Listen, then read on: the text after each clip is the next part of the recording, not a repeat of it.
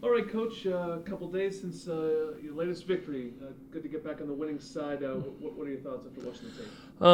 Well, offensively, I thought there was tremendous balance. Having a 100-yard rusher with Justin Davis, and then having 350 passing yards from Sam and the receivers, I thought were critical. Having balance. The other thing offensively, thought was really important was to protect the quarterback and to come out of a game where we were heavily pressured by Arizona State and have 0 sacks was extremely important to our success. Defensively, it was the exact opposite. We needed to apply the pressure and get to the quarterback, and we get 3 sacks in that game along with multiple hurries and hits, and I thought it took its toll on their quarterback and really provided us with a lot of success. After a tough ending to the Utah game, how do you feel your defense responded to the big challenge of Arizona State? Well, I think anytime adversity hits, it reveals your character. And the character of this football team is they are the definition of fight on. They're going to make their Trojan family proud. I love how they responded. Felt really sad for them because they poured a lot of themselves into the Utah game. But, we're digging ourselves out of a hole right now. We started Arizona State being 4 out of the next 5 games at home. Love being in the friendly confines of the Collie, and we made the most of it. How has Juju Smith-Schuster come to life, particularly in the last 2 games? I think the balance of the offense. I think that with us having the ability to run the ball with Justin like we've done in the past 2 games has really prevented us made some one-on-one opportunities for us. And Sam and his chemistry, you can just tell they have a unique chemistry together. It's shown up in the last 2 games, and hopefully it will continue. What, if anything, has surprised you about Sam Darnold's performance?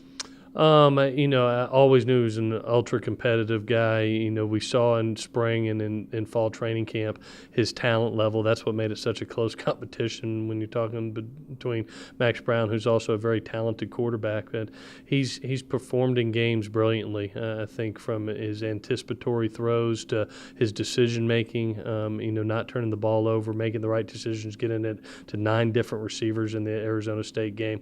Those are all things that a very mature quarterback does. He just happens to be a redshirt freshman, so he's doing it ahead of schedule.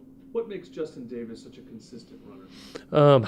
Gosh almighty, he's one of those young men that can just stop on a dime. His cuts are very violent, and you saw that in the Arizona State game, especially with his ability to attack the safeties and make them miss. So, he's not only power, speed, but elusiveness. He's the total package. Another ranked team coming into the Coliseum this week. Mm-hmm. How has Mike McIntyre built this Colorado program really from the bottom up? Done a terrific job. One with the recruits that he's bringing in, but 2, how he's developing them. We saw it last year. Their record didn't prove what type of team they were.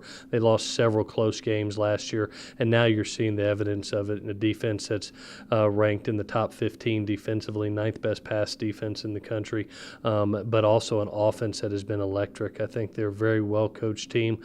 Just another great offense coming to the Coliseum out of the Pac-12. It seems like every week you're playing a good offense. Where have they grown the most from last year? I think right now defensively they're playing really good football, especially in the defensive front. They have some great kids that are big kids that are holding the point of attack very well, and then holding up in the back end. Their 2 corners have tremendous length as well as speed, or making plays for them. So anytime that you have those, both front and secondary, good results happen, and that's one of the reasons they're one of the better defenses in the country. Yeah, they've had a bit of a QB situation forced by injury. How does that affect your preparation? And It seems like both guys have done very well when called upon. Yeah, they both have. We'll see which one starts today, but one of the things that you see is both of them have great arm talent, and they both can deliver the ball, and they're adequate enough to be able to move the chains in the running game. They don't run them necessarily as much as we saw last week with Manny Wilkins, but they'll rush the ball anywhere from 4 to 6 times a game with the quarterback to be able to move the chains.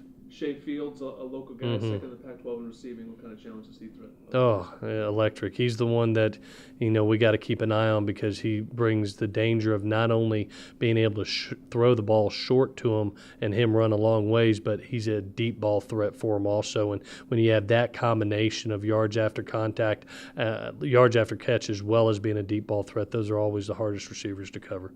finally, with a win behind you, do you feel an opportunity to see some momentum coming back home to the Coliseum this week? Yeah, as a head coach, what you end up doing, you have to take an honest look and see if you're improving from game to game. And I honestly believe that, going from Alabama to Stanford, Stanford to Utah, Utah to Arizona State, this team has improved each and every week. It's our goal to be able to continue that going into this Colorado game. Thanks so much. Good luck this week. Thank you. Fight on.